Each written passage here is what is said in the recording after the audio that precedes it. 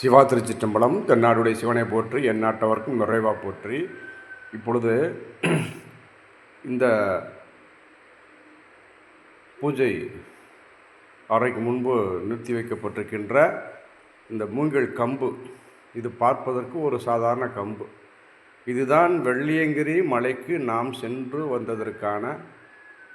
வருவதற்கான மிகப்பெரிய தெம்பு.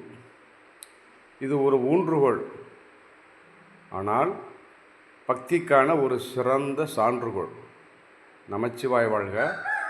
வெள்ளியங்கிரி திருத்தல யாத்திரை, அந்த ஏழு மலையும் கடந்து வெள்ளியங்கிரி ஆண்டவரை தரிசனம் செய்து வந்தவர்களுக்கு தெரியும் இந்த கம்பின் அருமை.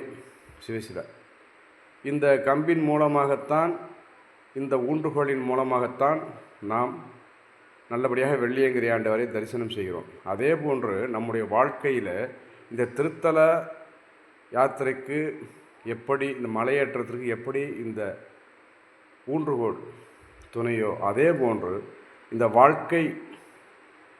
வாழ்க்கையில் பிறப்பு என்பதிலிருந்து இறப்பு என்பது வரை நாம் மேற்கொள்கின்ற பலவிதமான சிக்கல்கள், நாம் சந்திக்கின்ற பலவிதமான முரண்பாடுகள், இவற்றிற்கெல்லாம் துணையாக இருப்பது ஈசனுடைய பக்தி. நாம் ஈசன் மீது வைத்திருக்கின்ற பக்தி, பிரேமை, நம்பிக்கை, எல்லாவற்றுக்கும் மேலாக ஈசன் நமக்கு அருளுகின்ற மிகப்பெரிய வரப்பிரசாதம். அதே போன்று பயணத்தின் போது இது போன்ற கம்புகள் ஒருவேளை முறிந்து விட்டாலோ ஒடிந்து விட்டாலோ மிகுந்த சிரமம்.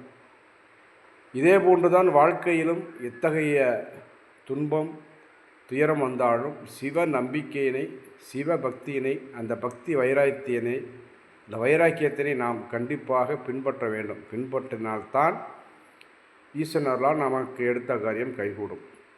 அதனால் இது பார்ப்பதற்கு ஒரு சாதாரண கம்பு. இந்த ஊன்றுகோல் தான் நமக்கு சிறந்த சான்றுகோள். நமச்சிவாய வாழ்க. இது ஒரு சிவ தத்துவம்.